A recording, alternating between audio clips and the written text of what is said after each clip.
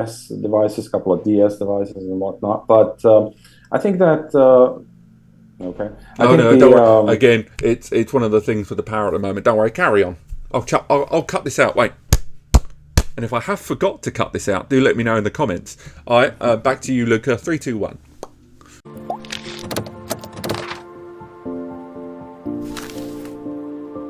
Hello and welcome back, and that's right, what are we going to talk about? We're going to talk about Synology DSM 7.2, but it's not just me today. We have got Luka, the man behind, he's over that side, the man behind Blackvoid. I'm sure a number of you have heard about his site and all of the stuff that they talk about over there on Synology. Welcome to the channel, Luka, and hopefully you're looking forward to today.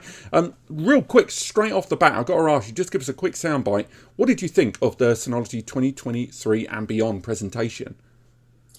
well, I was okay with it, so to speak. Yeah. It kind of I expected most of the things.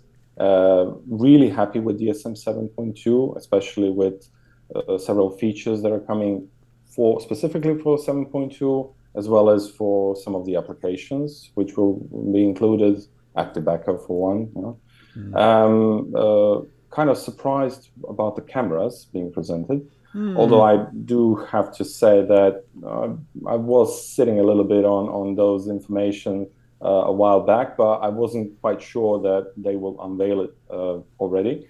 And yeah, everything else was as expected. Obviously, enterprise was kind of course, the I mean key element. that's the big thing every year. Yeah, yeah. So yeah, all in all, very good. I've got to say, hopefully later on in the video I will get a chance to talk about those cameras a little bit more. If we don't, we'll have to try and bung it onto another video, because a lot of the stuff with those cameras, that has been answering a very keen need that users have had for a while, in a very strange way, in my opinion. But again, we'll save that. Maybe it's on this video, maybe it's on another one. You'll have to watch and find out, won't you? But before we go any further, a quick disclaimer straight off the bat. We are, of course, talking about DSM 7.2, which isn't currently available right now, recording in November 2022. But it looks like we may see a beta by the end of the year, at least breadcrumbs or something for Q1 2023. And it's worth highlighting, although we're going to talk about a lot of the features that Synology themselves did, talk about, show off, highlight, whatever you want to call it, it's worth highlighting that sometimes, much like we've seen in previous generation releases of DSM 6 and indeed DSM 7 into 7.1, that some of these features will not make it into that. Maybe they'll be standalone, maybe they'll be bolted into standalone betas, maybe they'll be released within DSM 7.1 as it stands. So although right now we refer to these as DSM 7.2 features and kind of functionality, they may eventually arrive in different ways. But that's enough of the old excuses and stuff. Let's crack straight on. So with DSM 7.2, I think one of the things they made a real noise about was worm, right? Write once, read many. So when you saw that there, as someone, like myself, dare I say it, we do talk to a lot of existing and potentially new Synology users. How long have you heard much demand for worm all this time? I know I have. Well, yeah. For me, worm control is something that will be primarily excellent for home users. Essentially something that will protect users, their data and everything else before they actually have to utilize and recover from a backup, in case they need to recover from a backup. Personally, I haven't seen a lot of people asking for worm technology, more on the volume encryption. That was something that I've constantly heard people asking about. We can encrypt share folders, but we can't encrypt volumes, right? So give us that. Obviously, there's a reason why worm control came out or will be released with DSM 7.2, hopefully, in the initial version of 7.2, as well as volume encryption. But I guess those two are kind of going to be back to back, and also on the other hand, excluding one from another. So I'm guessing you will be able to do volume encryption without worm, and worm without volume encryption, obviously. So, I think when it comes, Let you No, finish. go on, go on. Oh no, I was going to mention with like the worm encryption stuff, there was obviously like the compliance and enterprise mode, and I was particularly intrigued, more so than the compliance mode, because I think that compliance mode is really bolting down the shutters where no one can change a damn thing, and there is that grace period, of course, when you do set it up for the first time. But with the enterprise mode, where your system admin, your main IT guy, can still affect change there. That was, I've not really seen it deployed in that way on other platforms. The reason I bring up other platforms is Worm has been available on other platforms for quite a while. The same goes with that multi-tiered encryption. Indeed, volume and disk-based encryption, like larger scale, not just support of SEDs, has been around for a long time. And given Synology's fantastically enterprise stance in recent years, I'm surprised this hasn't come out sooner. It wasn't that I wasn't, I'm happy to see it, and I know a lot of users have looked for it. Just simply look up the word Synology and Worm on Google, presumably before this big event. You will see a lot of users asking about this, particularly that volume encryption, as you say, and disk-based encryption and larger scale encryption outside of just shared folder. I'm just surprised it hasn't arrived already. You know what I mean? It's not the big deal that I thought it would be, because it should have been native. It should have been there to start with. So I think that's one of those features that I think a lot of people just assumed Synology had early doors. It's great to see it, but it's also something I would have thought would have been there to start with. I would just like to add that I've had some in the past, like 2 years ago. I've had some info from a former Synology employer that when DSM-7 hadn't even been published as a public beta, that there will be major changes in DSM-7 that will lay the foundation for certain elements that will come later on, right?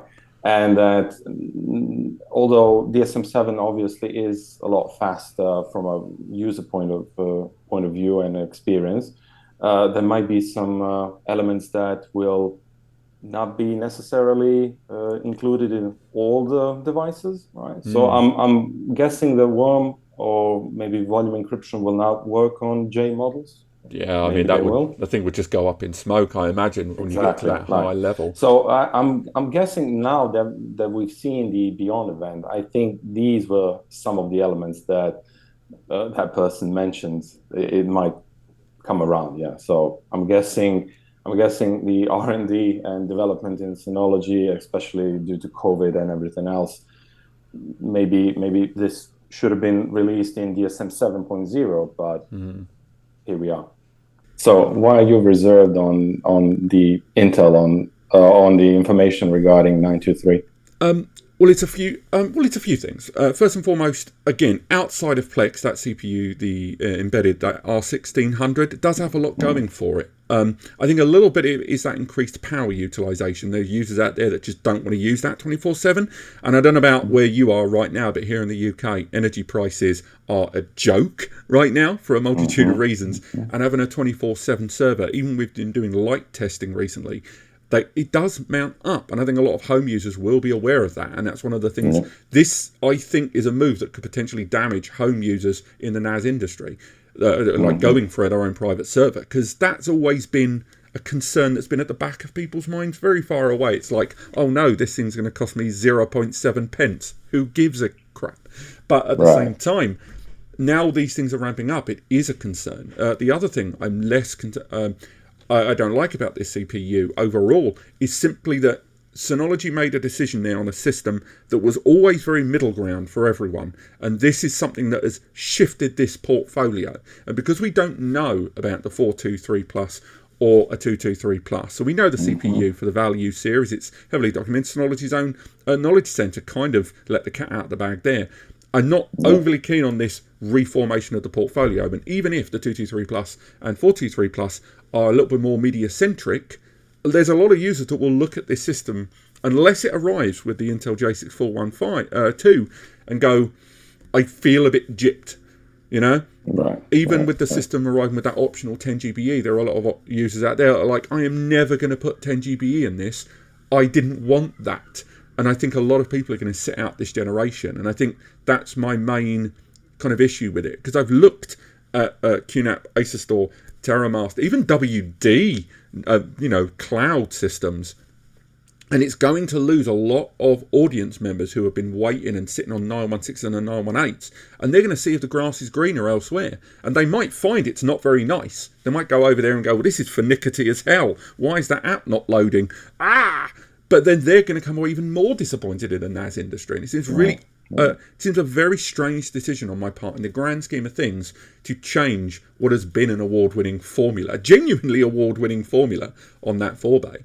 Continuing down that pathway of enterprise, of course, there were lots of kind of small, incrementally kind of shown off things that are going to be coming in DSM 7.2, of course. I mean, again, Active Directory support in Synology Drive. Synology are continuing this road of improving Drive. And there was that SMB multi-channel support to kind of better capture available broader bandwidth across multiple connections there. But if we just zoom back in on that Drive stuff, because there were 2 or 3 very interesting developments there on Drive. Firstly, Active Directory. Another one of those things I think some users kind of assumed it was built in because it's already part of DSM in other ways.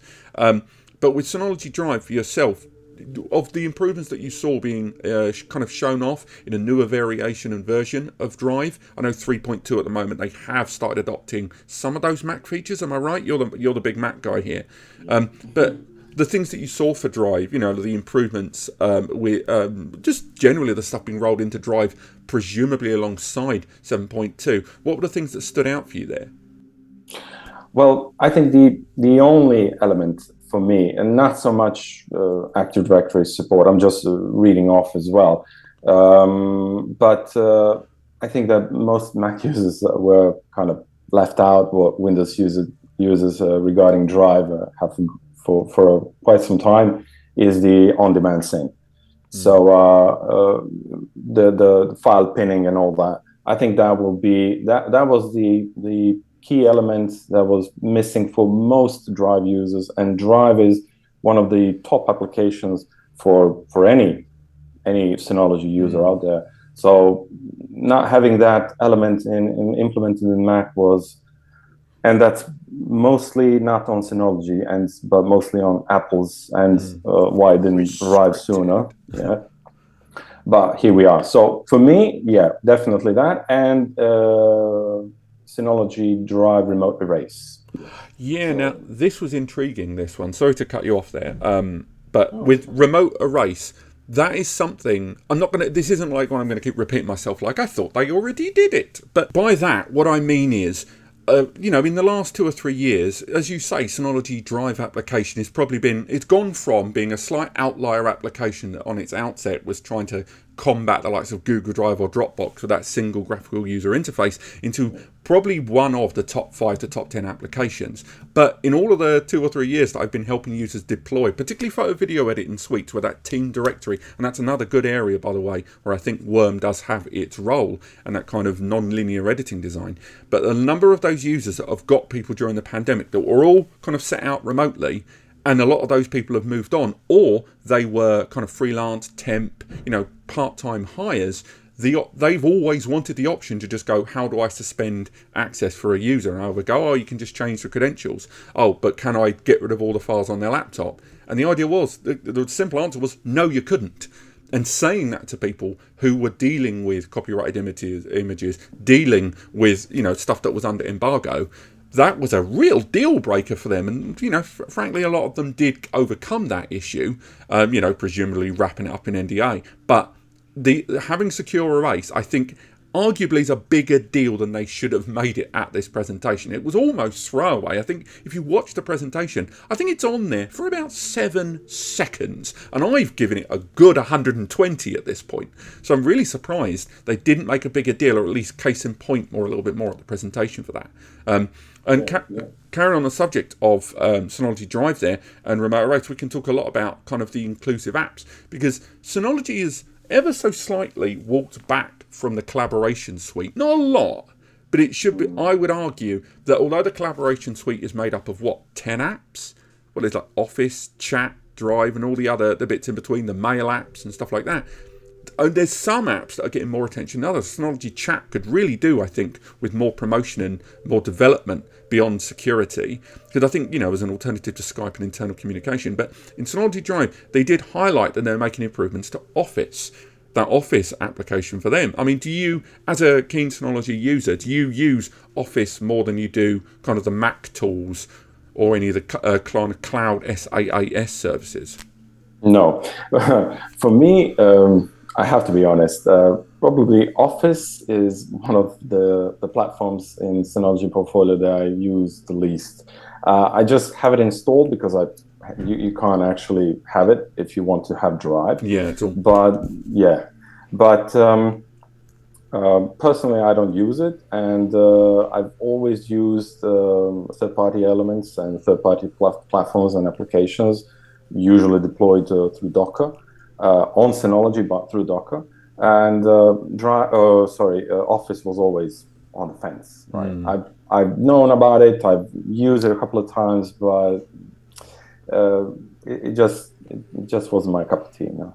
See, I mean, we differ ever so slightly, and it's really surprising because I'm quite a mixed platform user. I don't think that's much of a secret. I talk about quite a lot of brands here on the channel, but Synology's Office application, I've always kind of championed there, because when I have helped users set up their own smaller, particularly small businesses as well, and during the pandemic, it was rampant, the amount of stuff I was doing there for that. But that single ecosystem, the idea that they could still access their old stuff and format it over, one of the early barriers I always found when people had kind of pre-made templates for a lot of their works, that they would carry over into Synology Office and they'd be like, well, this looks terrible. So it's nice they've increased that level of formatting and supported document types. I hope it doesn't override things too much, because I think the early generation of Office, it would change things, and when you moved it back into your native client app, it looked garbage. But things have improved on that vastly, and I'd like to see it. The watermarking, again, it's another one of those things I kind of assumed was already there, but because they've done it in so many other things like the surveillance stuff. But no, I think we can both agree that the secure erase for me and for you, obviously Mac integration into Drive with the file pinning, file streaming on the fly, is kind of the big one for that. Moving away from Office, and again, we're going to come back to you Mac users, because let's face it, when it comes to my Achilles heel, my kryptonite is mostly Mac stuff and containers. I've never been much of a secret there, and of course that is your core strength more than anything. Active Backup, and the support of Active Backup for Mac. I mean, you're chuffed to bits there. Yeah. Now, do you currently, up until recently, and Synology promising improvements for this, what was your primary system image backup? I presume Time Machine? Yeah, I mean, obviously, I'm not rooting for Apple here, but obviously, Time Machine, yes. And alongside that, it was Acronis, True Image. That was actually my platform where I've basically had a snap of my entire system plus the data. Obviously, all of my data. I mean, even if my Mac exploded today, I wouldn't share it here because I don't have a single important file on it. Everything is on the NAS, obviously, on multiple NAS devices here and replicated and whatnot. So I'm not so much excited, but I am excited that Active Backup is finally, that Mac is, finally getting the love and the attention that they've even announced it when DSM-7 was actually announced, one of the first yeah, that was like early doors. I remember in Germany in 2019, and I'll be honest, and you were on that event, and I remember on that particular event that they said that ABB it will cover macOS, and I was like, finally, yes. But speaking as a Windows user, I can tell you that, I mean, again, I have 3 systems that I currently use for day-to-day use, and particularly for like making content and articles and videos and stuff, and all 3 of them are backed up to 2 different NASs, both Synology and QNAP devices. And Active Backup, when that first came around, I was a little bit skeptical about it. I thought it was just a hyper backup with bells and whistles, but genuinely the idea that I've got that image that's now backed up, you can't see it slightly, you can probably hear it just on the back of the mic there, about a meter and a bit away. I've got a 1621XS there that I have regular system images with the restoration points and kind of retention policies in place. But it's the idea that not only have I got that on there, but it is the idea that I can preview it a little bit more.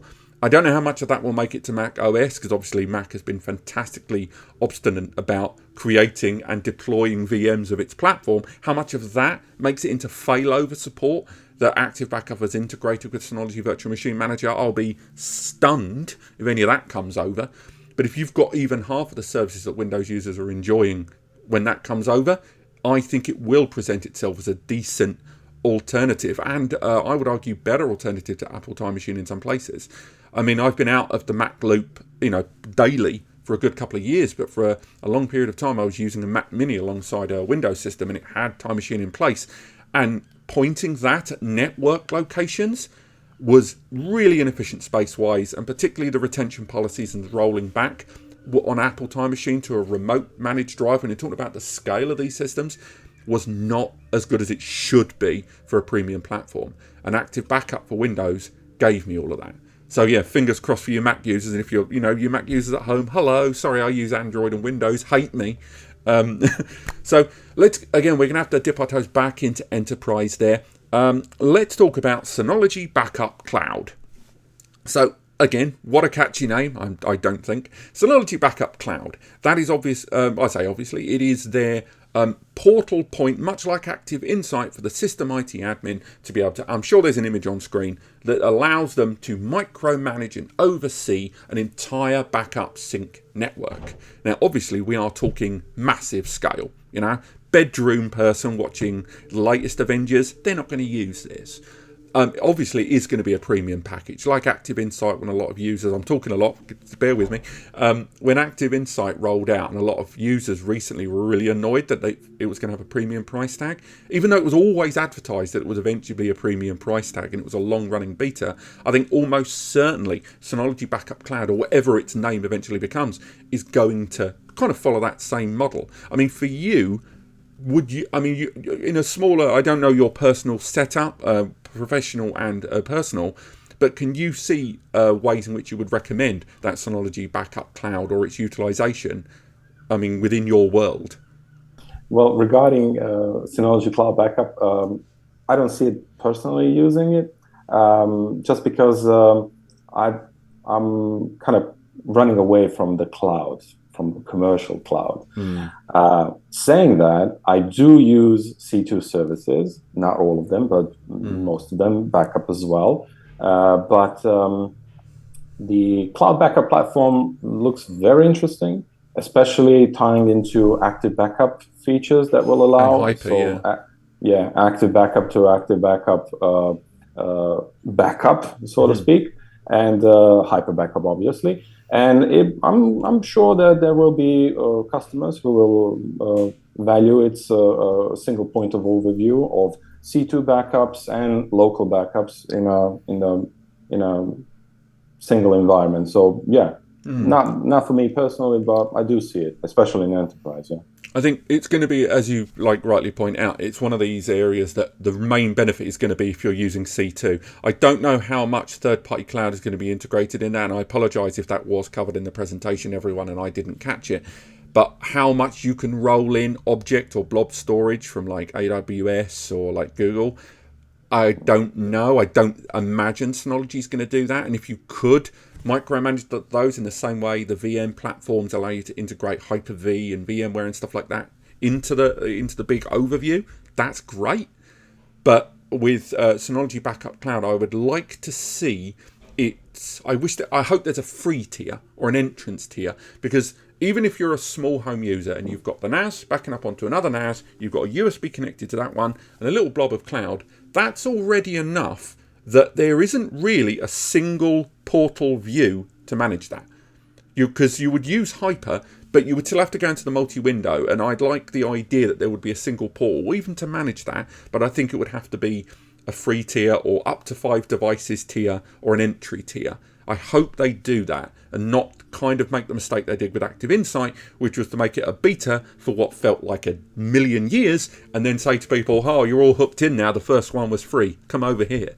And then, of course, there was that Scaleout storage, the hyper mega, Megazord. It was the Power Rangers, bang it all on there, zero failover, zero loss, that kind of stuff. And yes, that is Synology pie in the sky talking when they are talking about the petabyte layer that they're cracking into there. And I think there was a small group of people watching the presentation that were clued into that.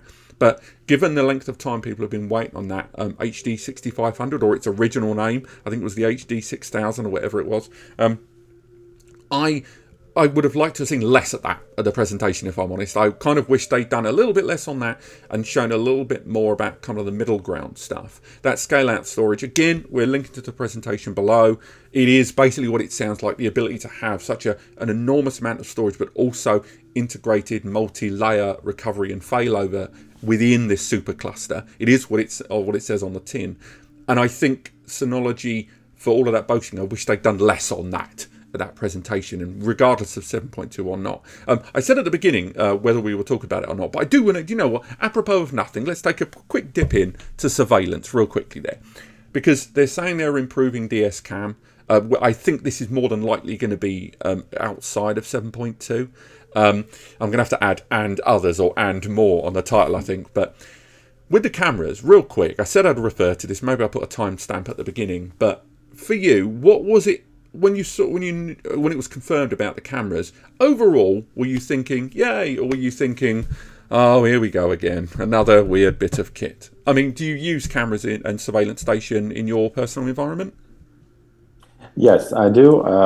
Not heavily, but I do. Actually, I have a 3221 with some more cameras arrived just this week to do a proper testing, and with some outside cameras. But yeah, I was actually sitting on that info for some time now. Obviously, couldn't share it. I'm more excited about what was said about future models, because these two cameras are PoE only, right? So you need to cable them, no Wi-Fi, no everything. And although I do favor cable over Wi-Fi any day, for cameras you really have to plan where you're going to place them and whatnot. And in a home environment, sometimes you just want a camera there, and you don't have power there, you don't have connection there. So I'm kind of hoping for Wi-Fi cameras in their portfolio, and that's maybe something that might be interesting. But obviously, I'm going to try and get a few of these cameras as well and just give them a test as well. I mean, for me, I've tested a lot of cameras on the channel. I mean, again, it's called NAS Compare, so you think, oh, there you go, you're only talking about NAS. But I've talked about cameras a lot, and there are certain developments that I'm sure if they continue down this road, they'll integrate things like solar paneling and stuff like that, because it's incredibly cost efficient these days. But the thing from the presentation that I found, that they were very tentative, tready toes, and maybe in the future, a year from now, someone will watch this video and go, see, I told you were wrong. But I don't know why they're using that voice. It's always up there. But when it comes to the cameras for me, they weren't very clear about two things. One, the licensing. If you get these cameras, am I going to have to use one of the licenses that's included with my system? Because I've just bought into your ecosystem. Am I going to use one of my two camera licenses for this? Or is it, going to have its own license included? Because I assume it should. And the second thing was AI supported a kind of onboard integrated stuff. When we saw the announcement at the last Synology presentation, 22 and beyond, they talked about the DVA1622, which doesn't have an onboard graphics card. It utilises integrated graphics from a Celeron-based processor. I think the J4125, but you might have to correct me on that in the comments.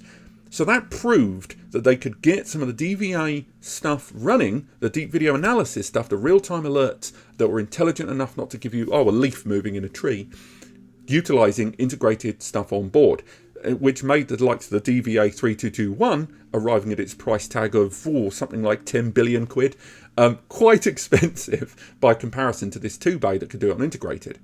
So with these new cameras, if Surveillance Station can offload those DVA processes onto the camera's integrated hardware, that opens up the door to non deep video analysis NASes, like the DS923, or even something a bit more domestic class, like the DS220 Plus, having those services. And I feel like they were very ambiguous about that with these cameras. Will these allow, unless you've heard different? If I recall, without actually looking up, I think when cameras were being talked about, that there were actually elements that they said that will be offloaded, tasks that will be offloaded from the host device to the cameras themselves. especially zones and drawing the zones and whatnot. So I think that, yeah, to a degree, not sure how much, but to a degree, I think that will be in line with what you said. Yeah. Because I saw that. Again, I agree with you that was on the presentation, but what I mean is, I don't think I phrased it well enough. At the moment, I, for example, am reviewing a couple of Reolink cameras that have AI-supported DVA processes. They have that onboard hardware. They have all of that. And when you set up a camera in surveillance station, you are given the opportunity to pick: do you want surveillance station management or camera management? And it's the idea that if I can access that, why can't I just access that? Because it's when we talked about Synology drives in the past, which is another whole kettle of fish for some users, a lot of people argued the toss that Synology hard drives were just, they're just Toshibas, but they're not. They're Toshibas with Synology firmware on board that makes the drive a little bit more tailored to a very specific deployment. Whatever your feelings, whatever your attitudes towards that, I think we have to at least agree that part or all of that firmware implementation is true. So with the cameras, I don't think I can believe that the Synology cameras, which presumably are third-party cameras anyway, I don't think they're Axis. My money's on Anker, Reolink, maybe a Hikvision, I'm not certain at that level. That hardware integration, they're all using very similar CMOS, they're using very similar SoCs on board, and I'll be very surprised that it wouldn't be possible for a domestic class 2-bay, like the 718 or 220 Plus or whatever, to not just use a third-party camera. So is this something that Synology are just going to wrap around a protective layer of no, you can't, or something that maybe later on will be integrated? Presumably, if they're releasing their own cameras, it's going to be locked in on those only. But yeah, I think that's enough for the cameras. So for those of you that stuck around for that, well done for sticking with us, won't you? I mean, for you personally, DSM 7.2, when it arrives, it's going to be in beta. Let's face it, we're going to test it out. We'll make some videos and some articles on it and stuff on our respective platforms. I'm not telling you to choose which one I want you to watch. But with DSM 7.2, when it does arrive, if I had to say to you which one of all of the features we've discussed is the one that you're like, bang, tick, I'm chuffed, what would it be? ABB, macOS support, SMB multi-channel, and one more thing. I'm just trying to recall. Let me just have a real quick look. While you're looking, I'll say mine. For me, it's pretty much all of the volume encryption and the worm stuff. I know you said that a lot of end users that you've spoke with, either professionally or personally, aren't really taking advantage of that. But there was that word. Jokes aside, I didn't go to a good school. I didn't even know what the word immutable meant. I had to genuinely look that up after the presentation to make sure it sounded correct to me. But immutable backups, this idea of having backups that are completely unchangeable in the long term for the proper cold legacy timeline storage, like the worm stuff, the encryption stuff, and the ultimate resolution towards backups that are unchangeable, and again for photo video editors, a version of a file that is maintained and unchangeable but still accessible at the same time. That's the big thing for me. If that's not available when 7.2 rolls out in beta, I'm not going to make a video on it. I'm going to say that right now. If it doesn't have those things in the beta, I'm not making a video on it, because for me, that's big. I've spoke to enough people that have been buying. I'm not going to say their names, but let's face it, look behind me. There are brands out there that have been producing NASs that have got one or two of those features already implemented. And Synology have clearly spent a bit more time on this for one reason or another, pandemic or evolving it securely into their system. But if they don't have it on that beta, these genuinely demanded processes, particularly the encryption at the disk or volume level, I won't be doing that beta. That was a big thing for me. They've got to have that for me. Now that you mentioned immutable backups, I've just noticed what I highlighted here is the full DSM backup, but through hyper backup. Now, that's also something that's coming in. At least they said it's coming in. So having a complete NAS backup and DSM backup through ABB is great, but obviously not all models support ABB. So having them implement full DSM backup through hyper backup is also something that I'm kind of excited about, just because it's going to allow for more people to have DSM backup, which is also something that when a disaster hits, something that's very important to get up and running as soon as possible. I think, And I do agree with you on the worm element, of course. But something that I would like to see, especially, is the SMB multi-channel. Just because that 2.5 gig lacking on several models or for several years, and now they rolled out 1522 with 10G support, optional, obviously. I'm curious to see how SMB multi-channel will work in DSM 7.2. sorry about the noise there in the background. I'm getting notifications all over the shop right now. But okay then, so real quick, we'll wrap things up just on one simple sentence right now. Tell me the NAS that you're most excited for 2023. 923. Boom, there you are. And for me, I'm still interested in finding out about the 423 and 223 plus generation devices. I want to know whether they're going to shift this multimedia tier or integrated graphics tier, whether it's going to be the Intel J6412. Maybe they'll, stick with the Ryzens and rolling with one of the Vega graphic ones. Let's see. But that's what I'm excited for. And I really hope, because I can tell you right now, I do not know what they're going to roll with on those. But this has been discussing DSM 7.2 and some of the other stuff that came out of the Synology presentation. Thank you so much, Luka, for joining us. Again, if you don't already know, Blackvoid, let's face it, you've heard of them. But if you haven't, there's a link below that you can needlessly click. But let's face it, you're going to Google it. You already know about it. Cheers for joining us. Hopefully, we'll talk more and more about Synology later on. And who knows? Towards the end of this year, we may have some other new stuff to talk about, of course. But thank you so much for watching. Thanks for joining us today, Luka, and we will see you next time.